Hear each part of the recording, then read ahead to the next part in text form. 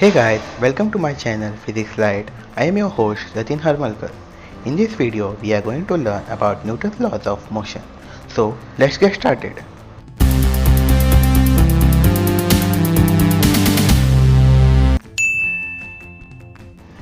Newton's laws of motion were given by Sir Isaac Newton in his book Mathematical Principles of Natural Philosophy in the year 1687.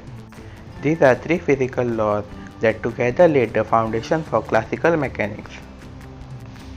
They describe the relationship between a body, the forces acting upon it, and its motion in response to those forces. According to the first law, an object continues to be in motion with constant velocity or at rest until an external force is acted upon it. For example, a rock continues to be in its position until someone displaces it. A ball rolling on the ground eventually slows down due to friction. The second law states that sum of all the forces acting on a body is directly proportional to the acceleration of the body. It is given by the equation force is equal to mass into acceleration. For example, to move a heavy rock, you need to apply more force to produce same amount of acceleration as produced in the case of smaller rock. While catching a ball, a fielder swings his hands back in order to decelerate the ball and to reduce the impact of the force felt while catching the ball.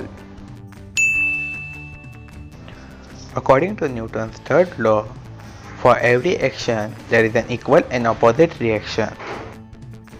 For example, when you sit on a chair, your body exerts force on the chair due to gravity. At the same time, chair also exerts force on your body, which is opposite in direction and equal in magnitude.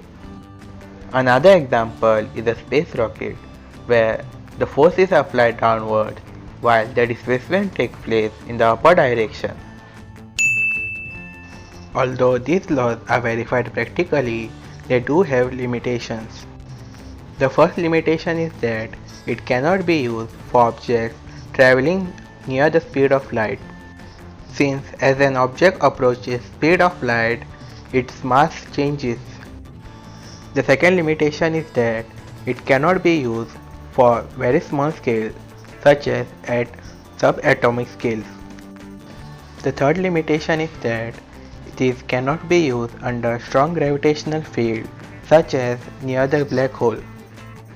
The fourth limitation is that these cannot be used to explain phenomena such as superconductivity. And there are many more such limitations.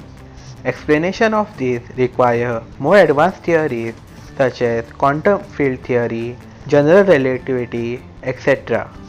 Friends, if you like this video, give this video a like. Let's keep a like target of 10 likes.